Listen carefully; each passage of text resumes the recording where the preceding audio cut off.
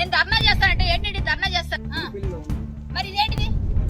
ఇది డమ్మీ అయితే ఎందుకు ఎవరు తెచ్చారు పోలీసులు? పోలీసులు ఎక్కడికి ఎందుకు పంపించారు? నా దగ్గర రికార్డు ఉంది. ఏదంటే రికార్డు ఇప్పుడు మీకు వినిపిస్తాను వినండి. నేను ఆయనకి ఏం చెప్పాను సీఏ గారు, నేను మీకు పంపిస్తున్నాను వినండి ఒకసారి. కావాలంటే ఇక్కడ నేను ఆయనతో చెప్పిన మాట నేనేమైనా కోల్పోయాను.